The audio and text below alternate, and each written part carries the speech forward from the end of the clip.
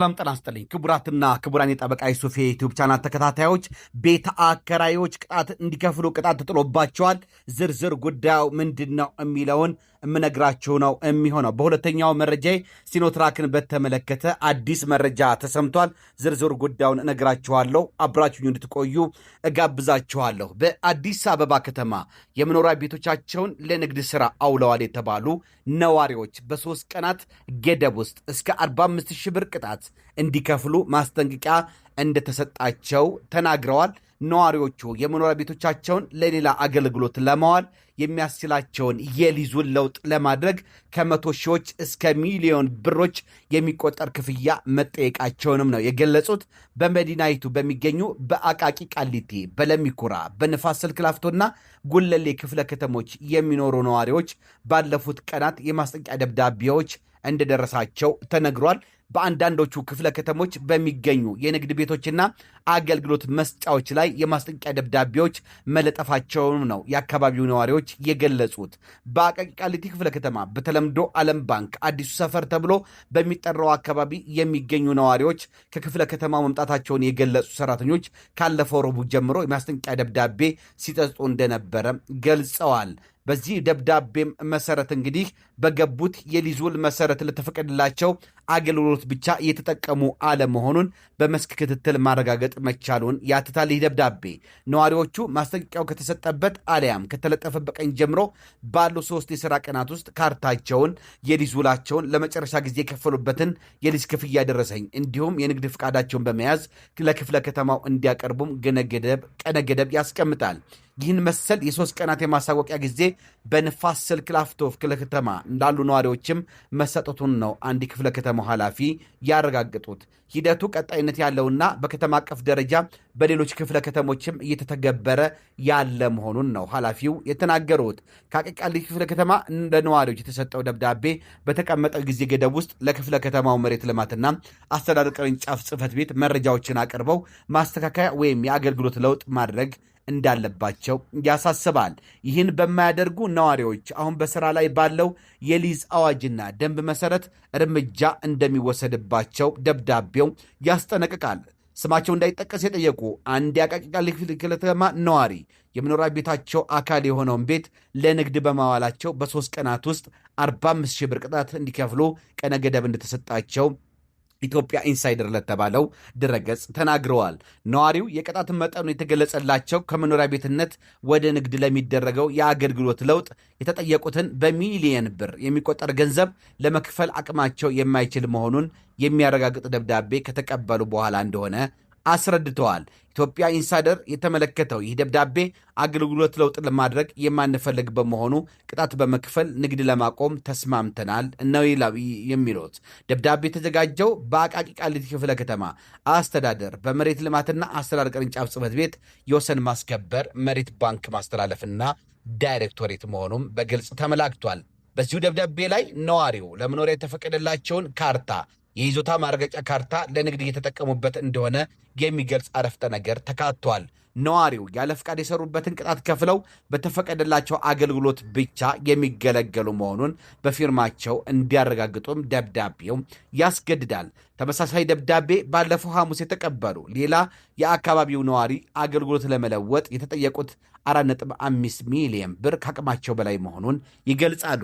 በመኖሪያ ቤታቸው ካሬ ሜትር ልክ የተሰላ የገንዘብ መጠን በአካባቢያቸው በቅርቡ ከተካሄደ የሊዝ ጨረታ ዋጋ በላይ መሆኑንም ያስረዳሉ።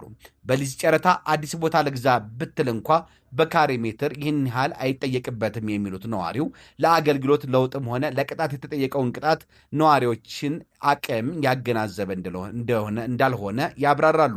ብዙ ቤተሰብ ታስተዳደራለህ፣ ግብር ትከፍላለህ፣ 4-5 ሰራተኛ አለህ፣ በ3 ቀን መተህ ክፈል ማለት ይህ በጣም ለመግለጽ የሚያስቸግር ሁኔታ ነው ሲሉ ነው ስሜታቸውን ያጋሩት። የተሰጣቸው ቀነ ገደብ የደረሳቸው የአካባቢው ነዋሪዎች በሰሚ የሰሙትን መረጃ ይዘው የንግድ ቤቶቻቸውን ማፍረስ መጀመራቸውን ለኢትዮጵያ ኢንሳይደር ተናግረዋል። ያልተረጋገጠው መረጃ እያንዳንዱ ነዋሪ ይዞታውን 30% ለንግድ አገልግሎት መዋል ይችላል የሚል እንደሆነ የሚገልጹት ነዋሪዎቹ የንግድ ቤታቸውን በዚህ መልኩ ለማስተካከል እየሞከሩ እንደሆነ ነው ያስረዱት። የነዋሪዎቹን አቤቱታና ቅሬታ በተመለከተ ጉዳዩ ከሚመለከታቸው የአዲስ አበባ ከተማ አስተዳደር የመሬት ልማትና አስተዳደር ቢሮ ኃላፊዎች ምላሽና ዝርዝር መረጃ ለማግኘት ኢትዮ ኢንሳይደር ለትናንትናና ዛሬ ያደረግኩት ተደጋጋሚ ሙከራ አልተሳካም። በሞባይል ስልኮቻቸውም ላይ ለላኩላቸው የጽሑፍ መልእክት ምላሽ ሊሰጡኝ አልቻሉም ብሏል። ውድና የተከበራችሁ የፕሮግራሜ ተከታታዮች ወደ ሌላውና ሁለተኛው መረጃ ሳልፍ ከ4 ወር በፊት እገዳ ተጥሎበት የነበረው ሲኖትራክ መኪና አሁን አዲስ መረጃም ተገኝቷል። በዚሁ መሰረት ውድና የተከበራችሁ የፕሮግራሜ ተከታታዮች ከዚህ በፊት የሲኖትራክ መኪና ወደ ሀገር ውስጥ ከጥራት አንጻር እንዳይገባ የታገደ መሆኑ ይታወቃል። ነገር ግን ከ4 ወራት እገዳ በኋላ የሲኖትራክ ተሽከርካሪዎች የደህንነት መስፈርቶችን ማሟላት መጀመራቸው ነው ተሰምቷል የተባለው። የሲኖትራክ ተሽከርካሪዎች ወደ ኢትዮጵያ እንዳይገቡ ከተከለከለ ከ4 ወር በኋላ የትራንስፖርትና ሎጂስቲክ ሚኒስቴር ኩባንያው የቴክኒክ ችግር ያለባቸው መኪኖች በተለይም ገልባጮችን ስታንዳርዳቸው ለማሟላት የማስተካከል ስራ መጀመሩን አረጋግጫለሁ ብሏል።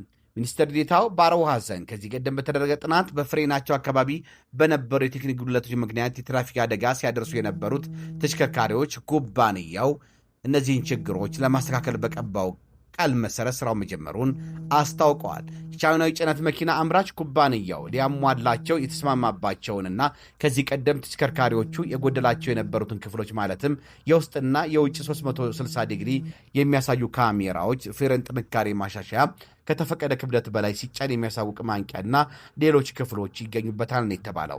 ይህን የማስተካከያ ስራ ያስከተለው እገዳ መጀመሪያ የተጣለው ግንቦት 27 ቀን 2017 መሆኑ ይታወሳል። የትራንስፖርትና ሎጂስቲክ ሚኒስቴር በሲኖትራክ ተሽከርካሪዎች ላይ በታየው ጥራትና ቴክኒክ ጉድለት ምክንያት በሰዎች ሕይወት ላይ በተደጋጋሚ አደጋ ሲደርስ እንደነበረም አስገንዝቧል። ውድና የተከበራችሁ የፕሮግራሜ ተከታታዮች እንግዲህ ይህንን ሲኖትራክ መኪናን በተመለከተ የጉምሩክ ኮሚሽኑም እንግዲህ በቅርንጫፍ ጽሕፈት ቤቶች ባስተላለፈው መረጃ መሰረት የሲኖትራክ ካምፓኒ ጥራት ጉድለቶችን እስኪያስተካክል ድረስ ምንም አይነት ሲኖትራክ ተሽከርካሪ ማስገቢያ ፍቃድ እንደማይሰወቅ ማሳውቆ ነበረ ከዚህ በፊት ማለት ነው።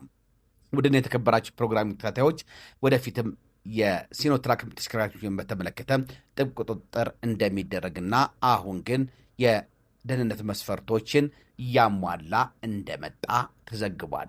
ለዛሬ ያስኩላችሁ 2 መረጃዎች እነዚህን ይመስሉ ነበረ።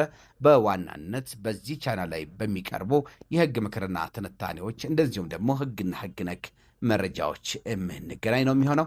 አብሬያችሁ የነበርኩት የእናንተ ጠበቃና የህግ አማካሪ ስፋ ከበረ የነበርኩኝ።